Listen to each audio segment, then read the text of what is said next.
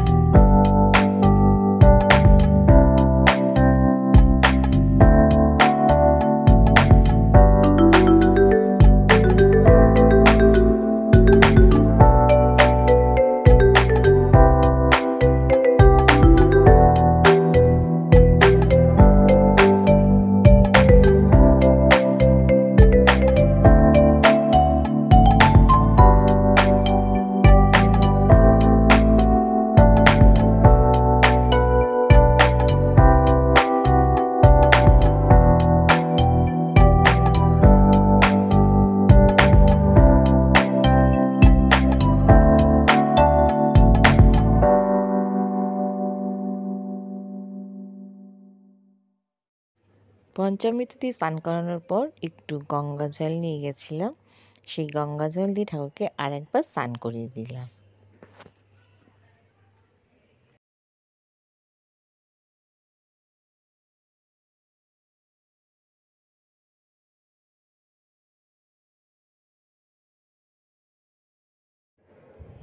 তারপর বাবাকে একটা মালা পরিয়ে দিয়েছি, আর বাবার মাথায় বেলপাতা অর্পণ করেছি, আর আর বাবার পছন্দের আকন্দ, ধুতরু ফল, এগুলো সব বাবাকে অর্পণ করছিলাম।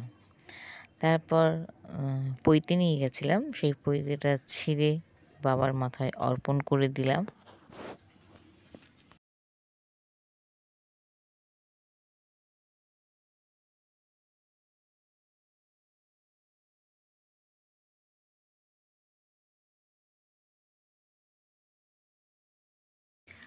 আর কিছু অখণ্ড চাল নিয়ে গেছিলাম, সেটাও বাবার মাথাতে অর্পণ করেছি।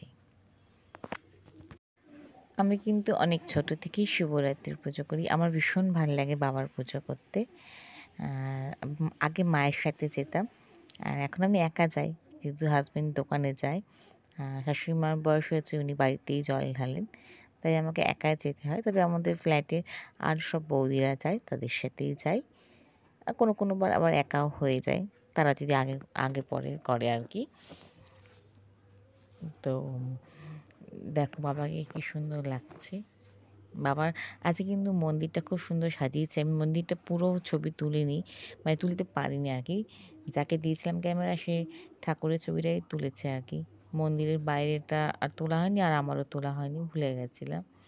তবে মন্দিরটা খুব সুন্দর লাগছিল আজকে, বাইরে থেকে লাইট লাগিয়েছিল, ফুল লাগিয়েছিল, খুব সুন্দর করে সাজিয়েছিল। তারপর বাবাকে ফল দান করলাম। ফল দান করে প্রণাম করে বাবার কাছে আমি আমার মনস্কামনা জানিয়েছি। তারপর বাইরে ধূপ মোমবাতি বাইরে দিতে বলেছিল, তার জন্য ধূপ মোমবাতিটা দেখিয়ে বাইরেই দিয়েছি। তো তোমরা কারা কারা করেছো উপোস অবশ্যই জানিও, ভিডিওটা কেমন লাগছে সেটাও জানিও। আর যারা নতুন দেখছো প্লিজ চ্যানেলটা একটু সাবস্ক্রাইব করে দিও। ভিডিওটা ভালো লাগলে লাইক শেয়ার কমেন্ট করে দিও।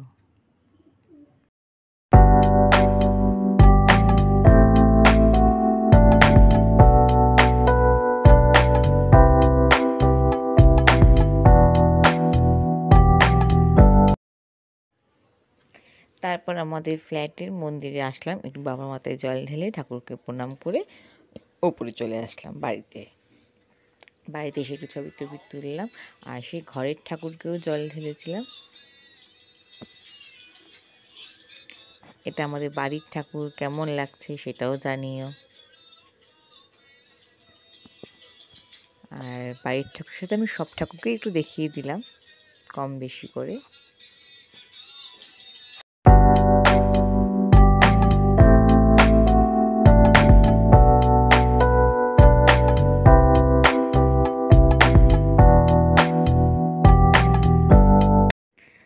আর এটা হচ্ছে রাতের খাবার। তো কেমন লাগলো ভিডিওটা বলো। আমরা কিন্তু সাবু খেতে ভীষণ ভালো লাগে, ভীষণ টেস্টি। আর দই দিয়ে মিষ্টি দিয়ে সন্দেশ দিয়ে মেখেছিলাম, দারুণ হয়েছিল খেতে। আর সাথে একটু ফল নিয়েছিলাম, মিষ্টি নিয়েছিলাম, তো দারুণ। তো তোমাদের ভিডিওটা ভালো লাগলে অবশ্যই একটা লাইক করে দিও। তো চলো, শুভরাত্রি।